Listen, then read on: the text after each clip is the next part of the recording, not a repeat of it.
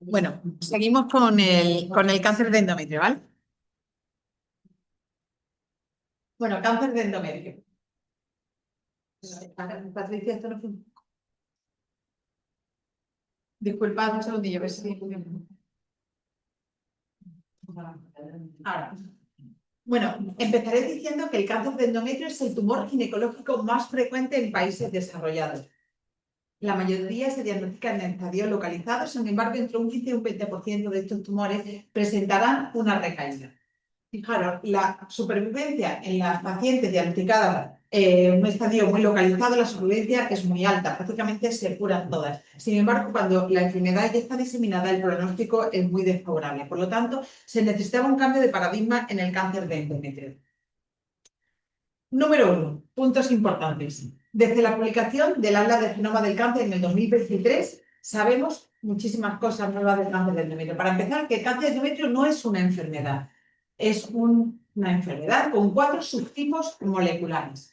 ¿Qué subtipos moleculares son? Pues mismatch repair deficiency, P53 mutada, polimutada o perfil molecular no específico. Estos son los 4 subtipos moleculares con muchas características que no vamos a describir ahora mismo porque sería un poco tedioso. Vamos a ir por partes. ¿Por qué es importante saber el subtipo molecular al que pertenece cada paciente? Primero, el diagnóstico es diferente, el pronóstico es diferente y el tratamiento, como veremos, también es diferente. Por eso es fundamental saber desde el principio a qué subtipo molecular pertenecen las pacientes. Este es un algoritmo de ESGO de 2025 que acaba de salir ahora publicado, pero un poco engorroso. Yo voy a simplificarlo en esto, el PROMISE. Esto es un esquema más sencillo que nos ayuda a clasificar a la paciente en el subgrupo molecular al que pertenece, teniendo en cuenta, sobre todo, información de inmunohistoquímica, ¿vale? Entonces, ¿qué tenemos que saber cuando una paciente se diagnostica de un cáncer de endometrio para poderla clasificar en un subgrupo molecular? Tenemos que saber, por supuesto, el tipo histológico, pero tenemos que saber también P53, el wild type o es mutada, la expresión de las proteínas reparadoras y los receptores de estrógeno. Eso, claro. Y luego, la mutación POLE, si es posible, con NGS. Estos son los 4 subtipos, ¿vale? Los de abajo, que me han dicho que no se ve lo que punteo, pero estaba ahí con el láser punteando para que marcaros cuáles son los subtipos moleculares, son los 4 de abajo, y vamos a ir con este esquema a ir a ver los tratamientos diferenciados de cada uno de ellos, ¿vale? 2. Otro punto fundamental. Cuando ya nos estábamos enterando de todo lo de los subgrupos moleculares, etcétera, aparece la FIGO23. La FIGO23 supuso, de entrada, ahora no funciona esto, Patricia, supuso a ver si no funciona. A ver, ay, sí, perdón. Supuso un drama para todos nosotros, porque por favor, otro cambio más, es imposible aprenderse esta patología. Pero luego nos dimos cuenta que la FIGO 2023 lo que nos ayuda es a simplificar la clasificación pronóstica, porque dicotomiza el riesgo de las pacientes. Pacientes de mal pronóstico o pacientes de buen pronóstico. Es más, la nueva clasificación se identifica mejor con el riesgo de recaída de los pacientes, mucho mejor que las clasificaciones previas. Por ejemplo, una paciente que nosotros, desde el punto de vista en anatomía patológica, nos pueden decir que un estadio 2 por la extensión de la enfermedad, si la paciente tiene una mutación POLE, puede diagnosticarse de un estadio 1A. Entonces, a lo mejor la paciente no requiere un tratamiento adyuvante. Sin embargo, si es P53 mutada, pasaría a un estadio 2C, ¿vale? Fijaos lo importante que es disponer de la información molecular en tiempo. Esto es clave para tomar decisiones en la práctica clínica. 3. La combinación de la información que tenemos de la clasificación molecular junto con la FIGO 2023 ha hecho que se establezcan estos grupos de riesgo. No voy a describir las características de cada grupo de riesgo porque es una paranoia. Imaginaros esto en el comité. Tenemos que saber a qué grupo de riesgo pertenecen las pacientes para ver el tratamiento ayudante que necesitan. Bueno, vamos al tratamiento ayudante. Con esa información, pues hay otras tablas que nos dicen, bueno, que si debemos poner terapia, en fin, con las distintas características, pero yo lo voy a resumir así. Tratamiento sistémico con intención ayudante.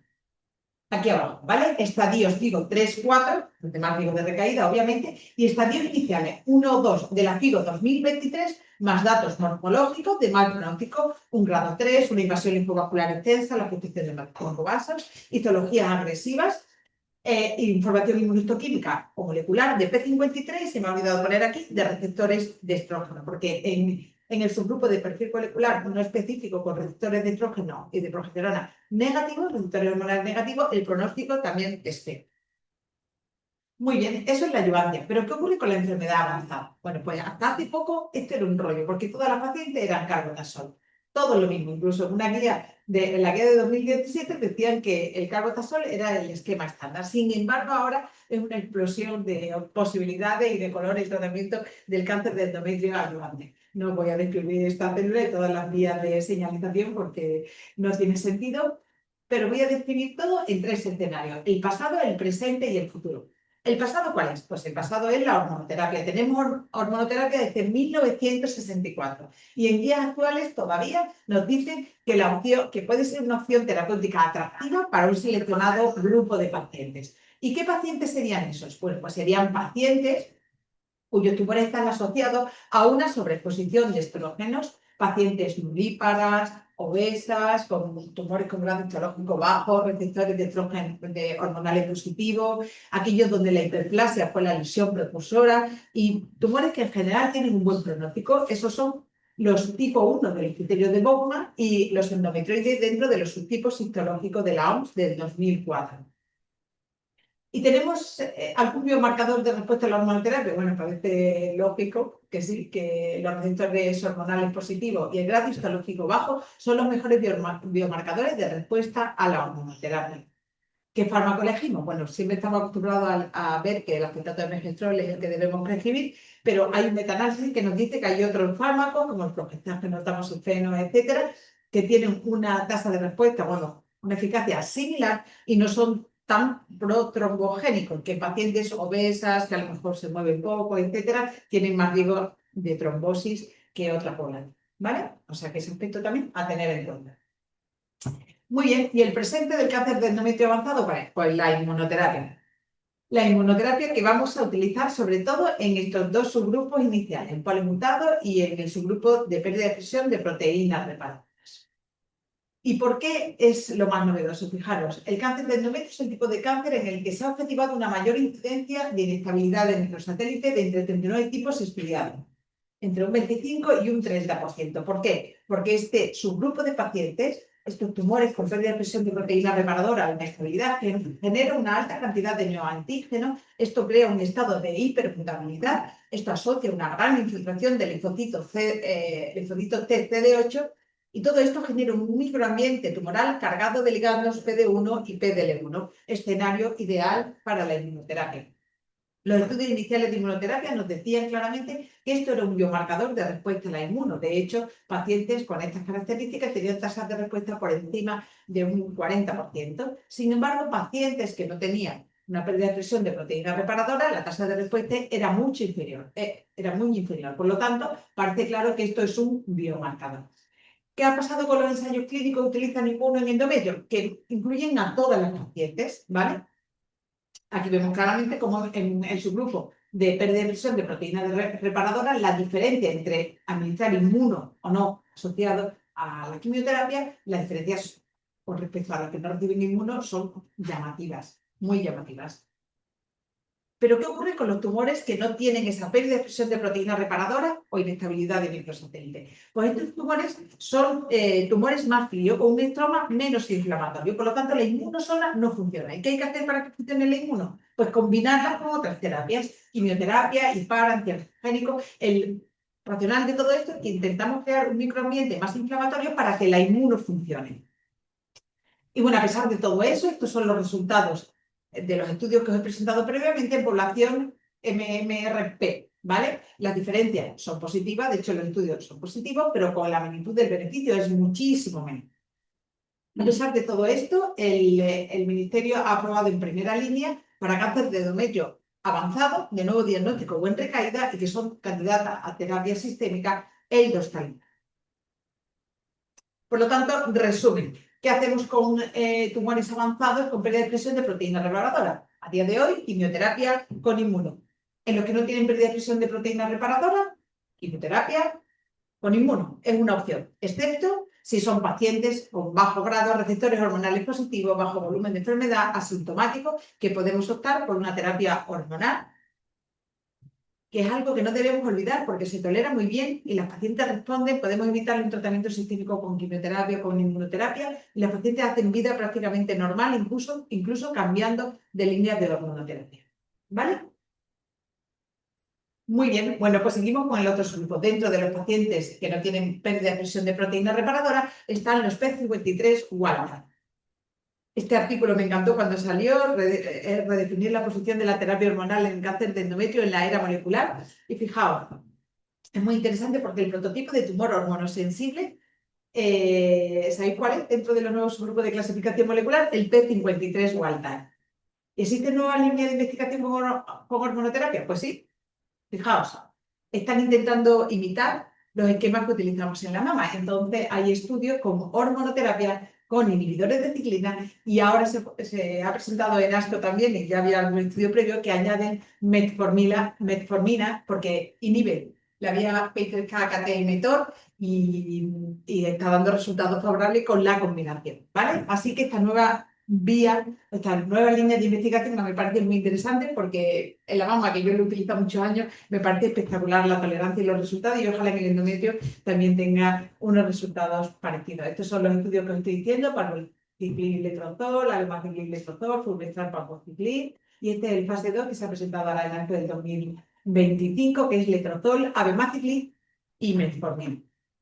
El selinexor era un fármaco con una gran proyección, es un inhibidor selectivo de la esportina 1, que era para estos pacientes de P53 wild type, porque hubo un estudio previo que incluía a todas las pacientes, pero se vio que donde realmente funcionaba era en esta población, pero que tiene la aprobación la inmuno en pacientes en la primera línea, pues ahora estamos ahí con los ensayos que no sabemos cómo van a terminarse, pero el selinexor es otra opción en este subgrupo de pacientes.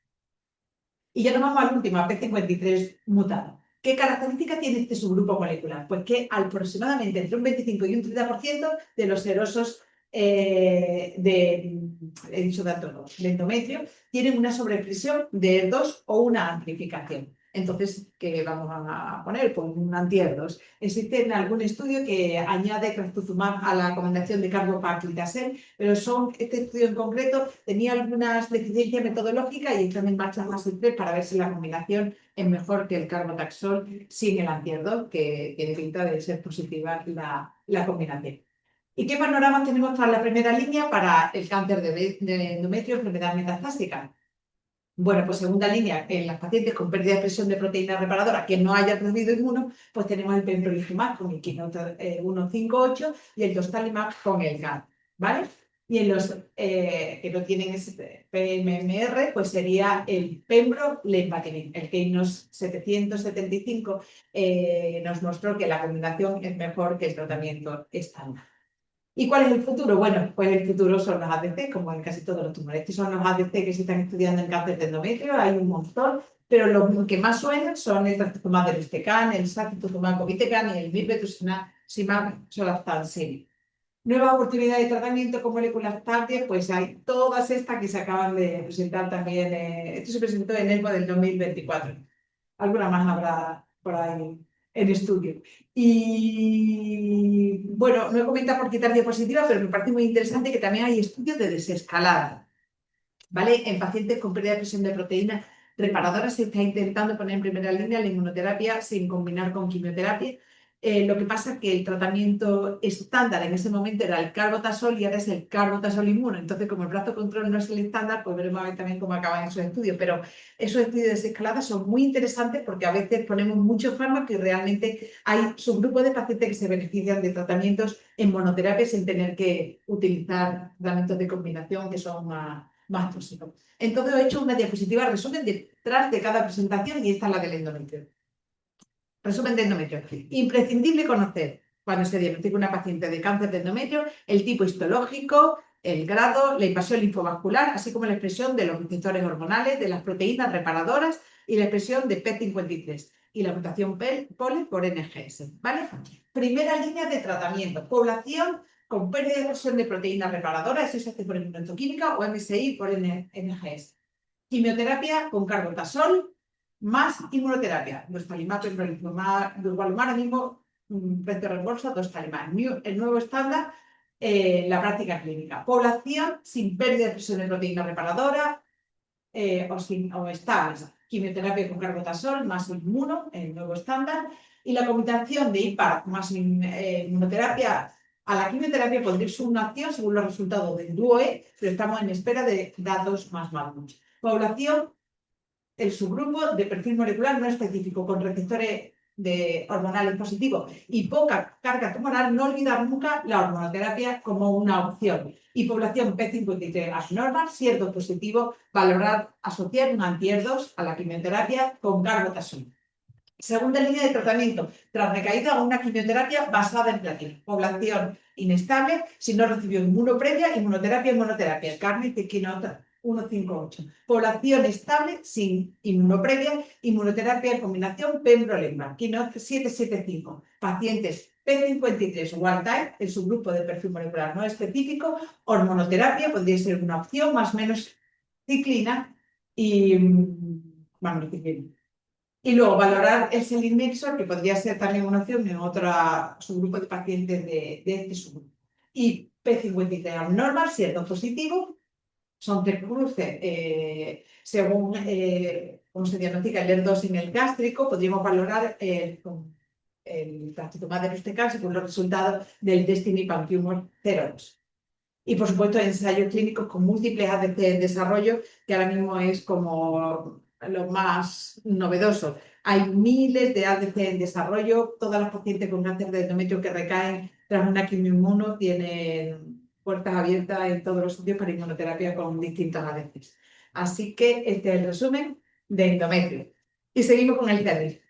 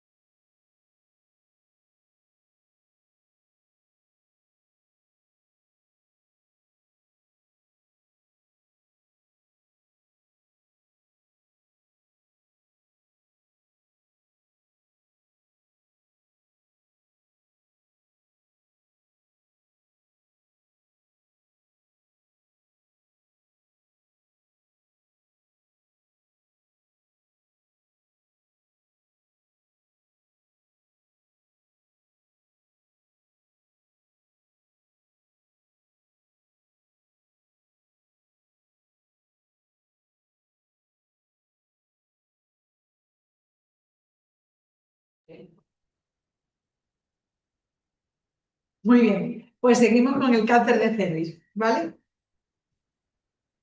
Ahora no, Patricia, sí me pasa. Disculpad. Cáncer de cervix. Primera diapositiva. Prevención es siempre mejor que curar. No sé si todo el mundo conoce, bueno, la historia natural del cáncer de cervix. Varias pinceladas. El HPV se contrae al mantener relaciones sexuales, orales, vaginales o anales con una persona que tenga el virus. Tanto la mujer como el hombre pueden ser portadores asintomáticos y vehículos de la infección genital por HPV. El simple contacto directo con la piel de los genitales es una forma de transmisión reconocida. Toda persona sexualmente activa puede contraer el virus y el uso del preservativo puede reducir la probabilidad de contraer la infección, pero no es totalmente eficaz contra este virus. Transmisión por contacto entre piel y mucosas. Aproximadamente el 80% de las personas sexualmente activas se infectará con alguno de los subtipos virales a lo largo de su vida. La etiología más frecuente del cáncer de cervix es el HPV. El 70% de los casos son producidos por serotipos 16 y 18 y no todos los pacientes portadores del HPV desarrollan la enfermedad. Por lo tanto, es una causa necesaria, pero no suficiente. Hay otros cofactores de carcinogénesis cervical en la infección del HPV. Cofactores establecidos: el tabaquismo, el uso de anticonceptivos durante mucho tiempo, infección por VIH, inmunodepresión, multiparidad.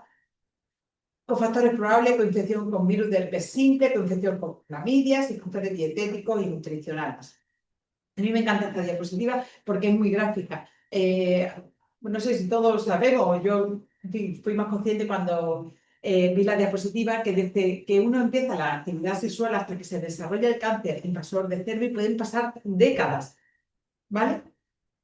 En la probabilidad de regresión desde que tenemos un CIN1 es de un 80 y un 90% y la posibilidad de regresión incluso con un CIN3 es de un 20%.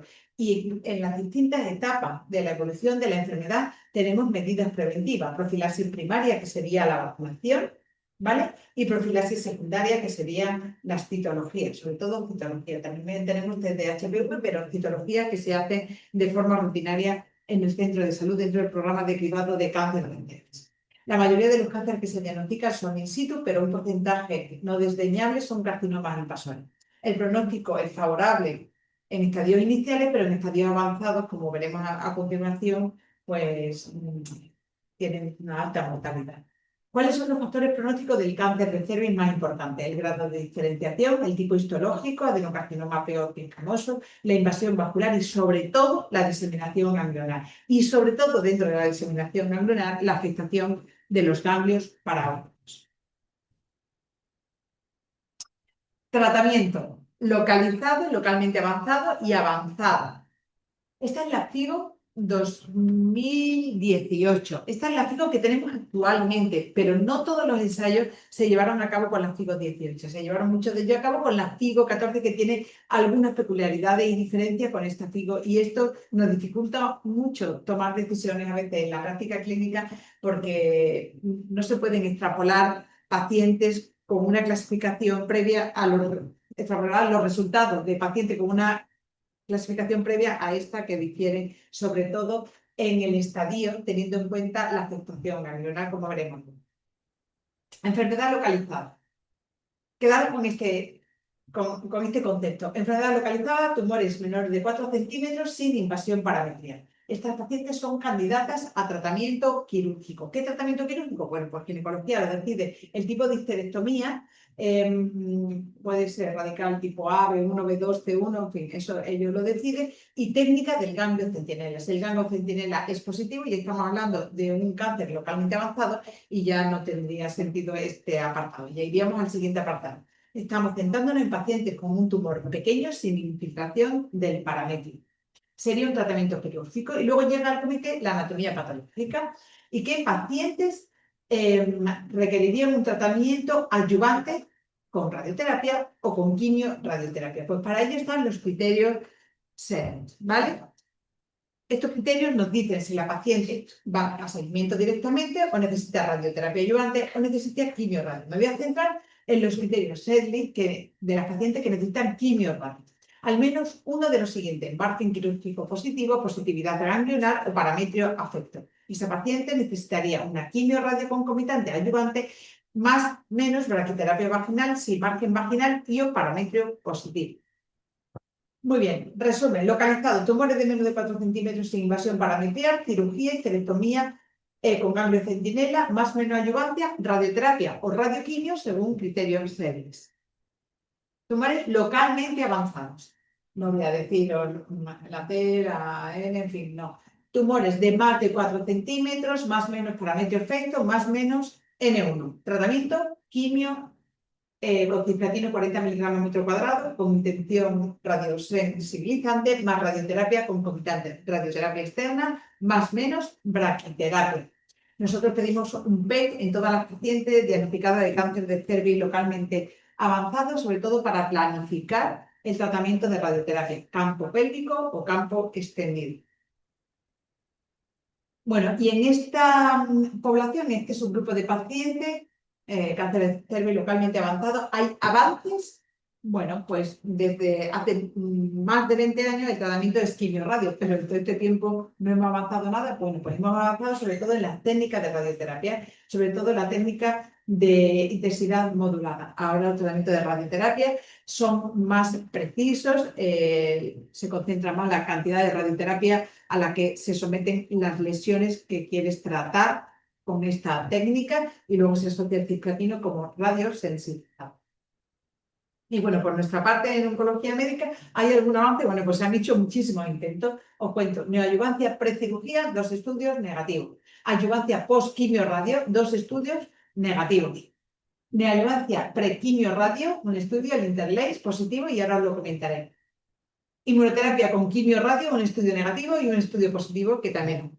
Vamos por el primero. El Interlace es un estudio de neoadyuvante. Las pacientes reciben carbotaxol, cáncer de cerebro localmente avanzado, reciben carbotaxol semanal y después se someten a quimio radioterapia, ¿vale? Y en principio este estudio ha salido positivo frente a la quimio radio estándar.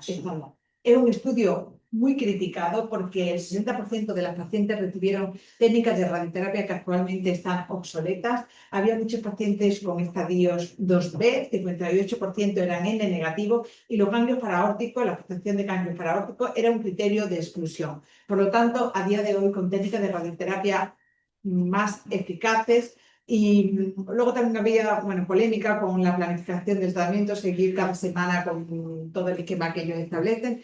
El Interlace a día de hoy no se considera un tratamiento que se pueda poner de forma estándar en la práctica habitual, aunque como en todo puede haber algún paciente que por alguna característica en concreto podríamos plantear esa quimioterapia previa para intentar luego poner la quimioradio y ser lo más eficaces posible. Estudios de inmunoterapia en cáncer de cervix localmente avanzado. 2, el CALA y el KEYNOTE-A18. El CALA negativo, el KEYNOTE-A18 positivo. Los dos son fase 3, los dos llevan inmunoterapia, uno durvalumab, el otro pembrolizumab. Uno utilizaba la FIGO del 2009, otro la FIGO del 2014, y uno salió positivo y otro negativo. ¿A qué se debe eso? Bueno, pues en principio en la discusión de los artículos dicen que una de las razones podría ser la potencial diferencia en eficacia entre un inhibidor PDL1 y un PD1, y luego que la población del KEYNOTE-A18 es una población de mucho más riesgo. Perdón, aquí, sí. Os describo el positivo, es el KEYNOTE-A18, ¿vale? Son pacientes con estadio 3-4, que se someten a una quimioterapia, a una quimioradio con intención radical, se le asocia el pembrolizumab mientras está con este tratamiento de quimioradio, y luego se mantienen con radioterapia. Los resultados fueron favorables en PFS y en supervivencia global, pero fijaros, en el FOREST-PRO nosotros vemos que los tumores más pequeños tienen un beneficio menor, y los que realmente tienen un beneficio mayor son los estadios 3 y 4. Por lo tanto, la Agencia Española del Medicamento tiene en estudio, que todavía no tiene la aprobación, añadir pembrolizumab en estadios 3 y 4 según la clasificación FIGO 2014 en mujeres adultas que no han recibido tratamiento definitivo previo. Pero ¿qué pasa? Que este estadio 3-4 se basa en la FIGO 2014, extensión 1/3 distal de la vagina, pared pélvica o hidronefrosis grado 4. Puede también infiltrar la mucosa rectal o vesical, pero la N positiva no cambiaba el estadio. Entonces, si ahora mismo nosotros tenemos a una paciente con un estadio 2 con ganglio positivo, en la FIGO 2018 sería un estadio 3, pero no puede recibir inmunoterapia porque no es un estadio 3 según la FIGO del 2014. Ahora entendéis lo que os decía antes de que nos dificulta aplicar determinadas terapias a algunas pacientes porque los estudios se diseñaron con una FIGO diferente. Esto en estudio. Entonces, pacientes con cáncer de cervix localmente avanzado. ¿Qué quiere decir? Tumores mayor de 4 centímetros, más metro para metro efecto, más menos ganglio positivo. Quimio, radio concomitante, y valorar el pembro en los estadios 3-4 de la FIGO del 2014, según los resultados del KEYNOTE-A18. Muy bien, vamos al avanzado. Bueno, cuando hay recaídas del cáncer de cervix, intentamos un tratamiento local. Si ha recibido, o sea, una cirugía, si tiene una recaída central, ya tuvo radioterapia previa y el tumor mide menos de 3 centímetros. O una radioterapia, si es una recaída central, una cirugía previa, y tras radioterapia, si territorio no irradiado, considerar quimio-radioterapia. Tratamientos sistémicos. Fijaros, hasta el 2009 no habíamos conseguido ningún esquema que aumentase la supervivencia prácticamente un año, ¿vale? Con el cisplatino taxol. Y fue más tarde, en el 2014, cuando se asoció el bevacizumab a este esquema ciplatino, Tasol bevacizumab. El GLI 214 nos mostró que el paclitaxel asociado al cisplatino y al bevacizumab, no voy a contar todo el estudio porque la otra rama era con topotecan, pero bueno, el esquema cisplatino paclitaxel bevacizumab mostró aumento de supervivencia global y PFS frente al platino paclitaxel, ¿vale? Magnitud de beneficio 3,3 meses y en el otro, en el topotecan, similar. Y fijaros, esta es la gran novedad en el cáncer de cervix, la incorporación de la inmunoterapia en el tratamiento de esta enfermedad con estos dos estudios, el KEYNOTE-826 y el BICC. Conseguimos aumento de supervivencia global por encima de 2 años, en el BICC 32 meses. ¿Y por qué? Bueno, pues el racional está claro. O sea, todos los tumores que surgen de una infección persistente, en este caso del HPV, pues todo el microambiente que rodea al tumor es inflamatorio y es ideal utilizar la inmunoterapia en esta población.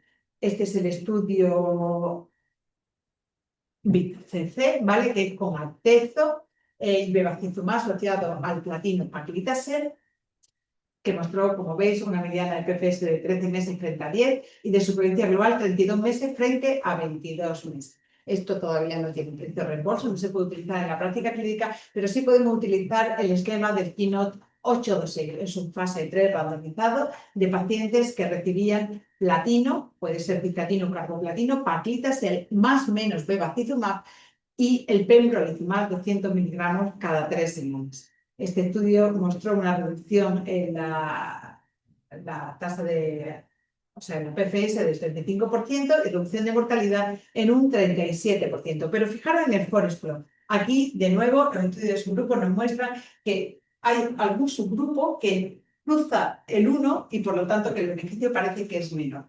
Con estos datos, la Agencia Española del Medicamento tiene aprobado el pembrolizumab para esta población, pero tenemos que tener PDL1 positivo con un CPS mayor o igual a 1. Muy bien. Segunda línea, pacientes que no reciben inmunoterapia. En la primera tenemos el Empower con el cemiplimab, que sería la opción para estos pacientes. Esto es independiente de la expresión de PDL1. Y luego el tisotumab vedotin, el primer ADC que se puso pacientes con cáncer de cervix avanzado, que tampoco tiene precio de reembolso. Y bueno, ahí está, que tiene ya aprobación EMA, están intentando incluirse en la práctica habitual. Este es el estudio del tisotumab, el NOVA-TV 301, que no voy a contar, que ya tendréis la cabeza rota, ¿vale? Estas son las tasas de respuesta de otros fármacos en segunda, tercera línea, más de segunda línea. Bueno, tasas de respuesta mínima, o sea, poco que hacer. Por lo tanto, las cualidades, ¿cuáles son? De nuevo, los ADCs. Vamos a hablar del trastuzumab de Ricecan, el Destiny Pantumor 02, el que nos dijo que la presión de ER2 es muy alta en cáncer de cervix. Por lo tanto, estos fármacos ADC frente al ER2 es una opción bastante factible y que esperemos que pronto llegue a la práctica habitual. Estos son los resultados. Y luego tenemos el sacituzumab tirumotecan, el que se conoce como SAC-TMT, que también hay ensayos clínicos ahora mismo en marcha, pero que a día de hoy ya ha dado algunos resultados a favor de este ADC. Como resumen, conclusiones, el amor está en todos lados, desafortunadamente el HPV también. No hay ningún método de barrera que proteja al 100% de la infección, por lo tanto, cuidado. Existen medidas profilácticas eficaces, profilaxis primaria, vacuna bitreta y nonavalente, profilaxis secundaria, citología más menos test, HPV. El cáncer de cervix localmente avanzado es una enfermedad devastadora con alto riesgo de recaída, pocas opciones de tratamiento y mala calidad de vida para los pacientes. La inmunoterapia ha cambiado la historia natural del cáncer de cervix y los ADC como futuro más inmediato, múltiples moléculas en desarrollo, el tisotumab vedotin, trastuzumab deruxtecan, TMT, entre otros. Y como resumen ya de los tratamientos por estadio, localizado, acordado, tumores pequeños sin invasión del parametrio, cirugía, histerectomía con ganglio centinela, más o menos un tratamiento adyuvante, con radio sola o con quimio radio según los criterios Sedlitz. Localmente avanzado, tumores grandes, quedaron con ese dato, más de 4 centímetros, más o menos invasión afectación del parametrio o ganglios afectos, quimio, radio con intención radical, radioterapia externa más menos braquiterapia y valorar el pembro de estadio 3-4 de la FIGO 2014, que es el que tiene la indicación que tiene precio de reembolso según los datos del Quinota 18. En enfermedad avanzada, primera línea, platino más paclitaxel, más menos bevacizumab. Si podemos poner bevacizumab, ponerlo porque los resultados añadiendo este fármaco también son mejores. Más inmunoterapia CPS en pacientes con CPS mayor de 1, mayor o igual a 1, aumenta la supervivencia global en más de 2 años. Segunda línea, inmunoterapia independientemente de CPS, si no ha recibido previamente, o standard of care. Y luego segunda, tercera línea, si es posible, ensayo clínico con ADCs. Fin.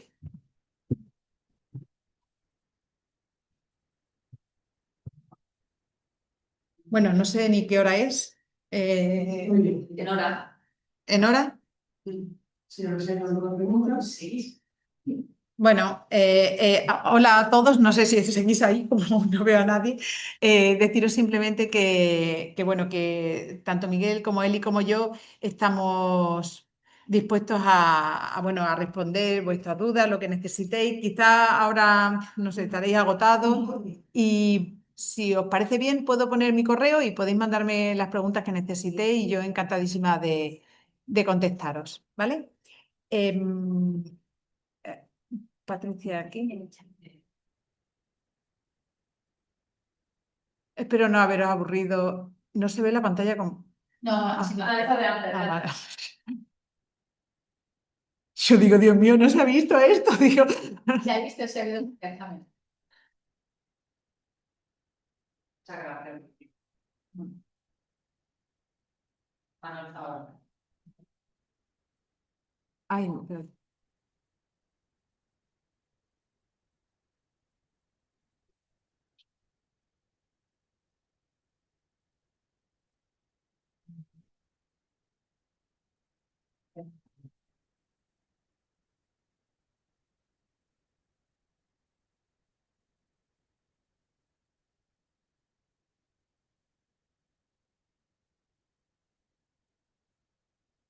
Bueno, yo creo que nos podemos ir despidiendo mientras termina Che de escribir, ¿vale? Nada, muchísimas gracias por haber aguantado ahí estas 2 horitas y media. Espero que os haya sido rentable lo que necesitéis, ¿vale? Ya tenéis nuestros correos y nada, mucha suerte para los examinados y felicidades para los que no os examináis y estáis aguantando, por aguantar, ¿vale? Mucha Un suerte a abrazo todos, sí, de y verdad os que emplazamos a dentro de 2 semanas a la otra píldora que tratará sobre cáncer de pulmón y cáncer de mama, ¿vale? Tanto en estadios iniciales como en enfermedad avanzada. Un abrazo a todos y nada, muchas gracias. suerte a todos. Gracias. Adiós.